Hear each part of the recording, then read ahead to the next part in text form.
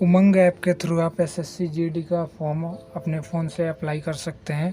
तो इसको कैसे करना है आज की इस वीडियो में फुल प्रोसेस में बताने वाला हूँ। तो वीडियो को लास्ट तक ज़रूर देखना और वीडियो को ध्यान से देखें और अच्छी लगे तो अपने दोस्तों के साथ भी शेयर करें। तो सबसे पहले आपको उमंग ऐप इंस्टॉल कर लेना है और उसके बाद आपको एक अपने मोबाइल नंबर से लॉगिन कर लेना है। लॉगिन करने के बाद आपको सर्च करना है एसएससी। तो आपको यहाँ पर एसएससी टाइप करके सर्च करना है। तो हम एसएससी टाइप कर देते हैं। सर्च करने के बाद यहाँ पर आपको कई ऑप्शन मिल जाएंगे। तो हमें नीचे जाएंगे, यहाँ पर आपको दिखेगा लॉगिन स्टाफ सिलेक्शन कमीशन। तो हम इस पर लॉगिन पर क्लिक करेंगे। यदि आप पहले ही रजिस्ट्रेशन कर चुके हैं तो आपको रजिस्ट्रेशन नंबर और पासवर्ड डाल के लॉगिन कर लेना है। जिसने नहीं किया है, जो नए यूज़र है, उनको नया रजिस्ट्रेशन करना पड़ेगा, जिसके लिए हम रजिस्टर नाउ पर क्लिक करेंगे।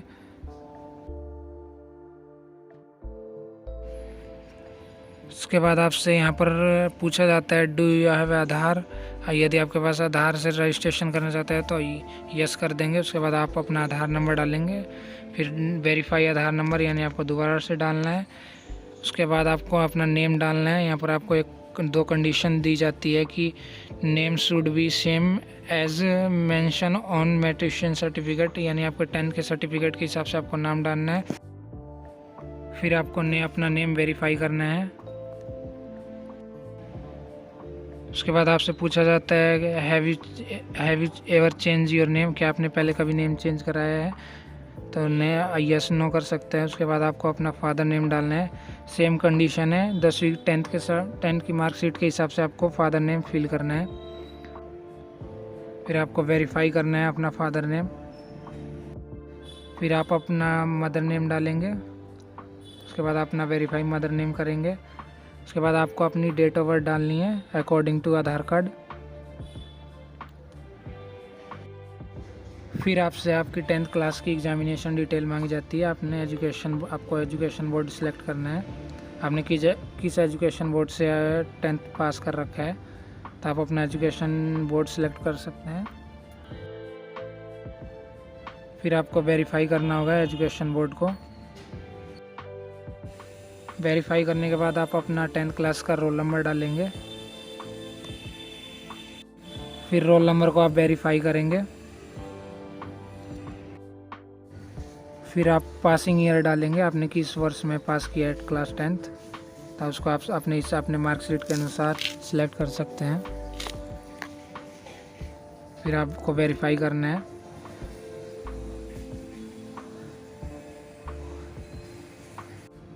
फिर आपको जेंडर सेलेक्ट करने को पूछा जाता है, मेल या फीमेल। उसके बाद फिर आप वेरीफाई करेंगे जेंडर वेरीफाई करने के बाद आपसे पूछा जाता है लेवल ऑफ एजुकेशन क्वालिफिकेशन, आपने कहाँ तक की पढ़ाई कर रखी है। तो आप ग्रेजुएशन, पोस्ट ग्रेजुएशन, जो भी आपने डिग्री कर रखी है आप यहाँ डाल सकते हैं। उसके बाद आपको मोबाइल नंबर और मेल आईडी फिल करना है। उसके बाद आप अपना वेरीफाई करेंगे। उसके बाद यहाँ से आपसे परमानेंट या स्टेट पूछा जाता है। परमानेंट स्टेट फिल करने के बाद आप एक बार डिटेल को चेक कर लेंगे। तो आप अपनी डिटेल को चेक कर लीजिएगा अच्छे से। फिर आपको सेव पर क्लिक कर देना है। सेव पर क्लिक करने के बाद आपके मोबाइल पर OTP सेंड किया जाएगा। तो ये आपका यूज़र आईडी है यानी रजिस्ट्रेशन नंबर। तो आप इसको स्क्रीनशॉट ले सकते हैं। उसके बाद आपको होम पर क्लिक करना है। होम पर क्लिक करने के बाद आप लॉगिन पर क्लिक कीजिएगा। लॉगिन पर क्लिक करने के बाद आपके मोबाइल पर यूज़र नेम यानी रजिस्ट्रेशन नंबर और पासवर्ड सेंड कर दिया जाएगा। तो आप वहां से अपना रजिस्ट्रेशन नंबर और पासवर्ड फिल कर लीजिएगा। उसके बाद आपको कैप्चा फिल करना है। कैप्चा फिल करने के बाद आप लॉगिन पर क्लिक करेंगे। लॉगिन पर क्लिक करने के बाद आपको अपना पुराना पासवर्ड और एक नया पासवर्ड क्रिएट करना पड़ेगा। तो आप पुराना पासवर्ड डाल सकते हैं जब फोन आपके मोबाइल पर आया था, वो आप यहाँ फिल कर दीजिएगा। उसके बाद आपको एक नया पासवर्ड क्रिएट करना है। यहाँ पर आपको कंडीशन दी जाती है कि इसमें आपको कंडीशन दी जाती है कि 1 वर्ड जो कि अल्फ़ाबेट होना चाहिए, एक न्यूमेरिकल होना चाहिए, नंबर होना चाहिए, एक स्पेशल कैरेक्टर होना चाहिए। तो आप डालने के बाद आपका password has been change successfully. उसके बाद आपको री लॉगिन करना है, यानी आपको नया पासवर्ड डाल के दोबारा से लॉगिन करना है। उसके बाद आप लॉगिन पर क्लिक करेंगे, ये आपका सक्सेसफुली लॉगिन हो जाएगा। तो यहाँ पर आपको modify registration, latest notification, application history मिल जाती है। तो आप यहाँ से चेक कर सकते हैं एप्लीकेशन हिस्ट्री पर क्लिक करके आपने कितने फॉर्म अप्लाई कर रखे हैं एसएससी के थ्रू और कितने नहीं। तो आपको लेटेस्ट नोटिफिकेशन पर क्लिक करना है। तो ये हमारा एसएससी जीडी कांस्टेबल की नोटिफिकेशन है, आप यहाँ से अप्लाई कर सकेंगे।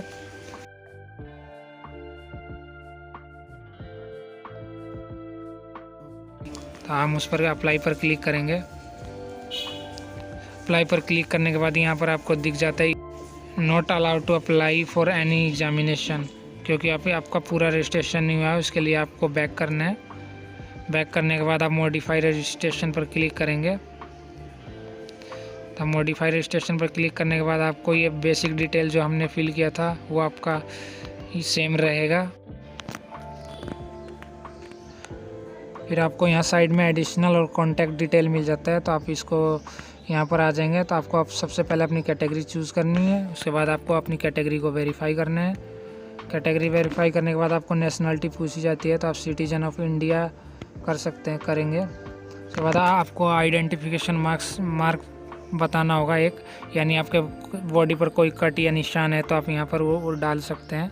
अगर नहीं है तो आप नो या नथिंग कर सकते हैं।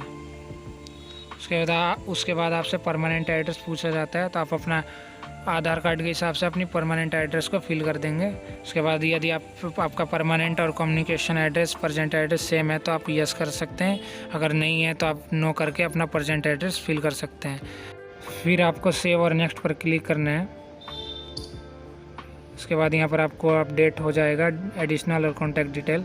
आप डिक्लेरेशन को एक्सेप्ट करेंगे। यदि आप रजिस्ट्रेशन का प्रिंट चाहते हैं तो प्रिंटेड ड्राफ्ट पर क्लिक करके आप रजिस्ट्रेशन को प्रिंट या पीडीएफ में सेव कर सकते हैं।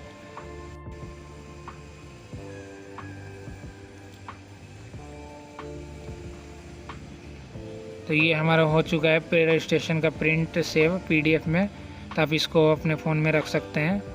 उसके बाद हम बैक करेंगे। उसके बाद आपको फाइनल सबमिट पर क्लिक करना है। फाइनल सबमिट के बाद आपको फिर सबमिट पर क्लिक कर देना है। आपके मोबाइल नंबर और ईमेल आईडी पर एक ओटीपी भेजा जाएगा, उसके लिए आप गेट ओटीपी पर क्लिक करेंगे। तो आपको मोबाइल नंबर और ईमेल आईडी पर दोनों पर ओटीपी भेज दिया गया होगा। आपको मोबाइल नंबर ओटीपी और ईमेल आईडी ओटीपी दोनों को फिल कर देना है। फिल करने के बाद आपको कैप्चा फिल कर देना है। उसके बाद कंफर्म ओटीपी पर क्लिक कर देना है। तो यहाँ पर आपका सक्सेसफुली कंप्लीट योर रजिस्ट्रेशन हो जाएगा। फिर से आपको लॉगिन पर क्लिक करना है।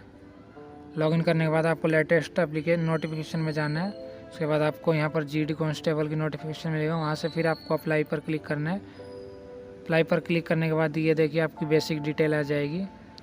तो आपको अपना बेसिक डिटेल एक बार फिर से चेक कर लेना है। उसके बाद आपको नेक्स्ट एडिशनल या कॉन्टैक्ट डिटेल में जाना है। उसके बाद आपको यहाँ से पूछा जाता है whether you are ex serviceman, आपको यस नो कर सकते हैं। फिर आपसे पूछा जाता है कि आप एज में रिलैक्सेशन चाहते हैं, यानी एज उम्र में छूट चाहते हैं, तो आप यस नो कर सकते हैं। उसके बाद एनसीसी कैंडिडेट है तो यस या नो कर सकते हैं। फिर आपको अपना एग्ज़ाम सेंटर सेलेक्ट करना होगा। 3 सेलेक्ट करना पड़ता है इसमें, तो आप फर्स्ट सेकंड थर्ड आप अपने हिसाब से सेलेक्ट कर सकते हैं। उसके बाद आपको स्टेट पूछा जाता है, आप किस स्टेट के रहने वाले हैं, तो अपनी स्टेट परमानेंट स्टेट डालेंगे। जो भी आपका स्टेट है आप यहाँ पर डाल देंगे। उसके बाद कंफर्म करेंगे आप स्टेट को।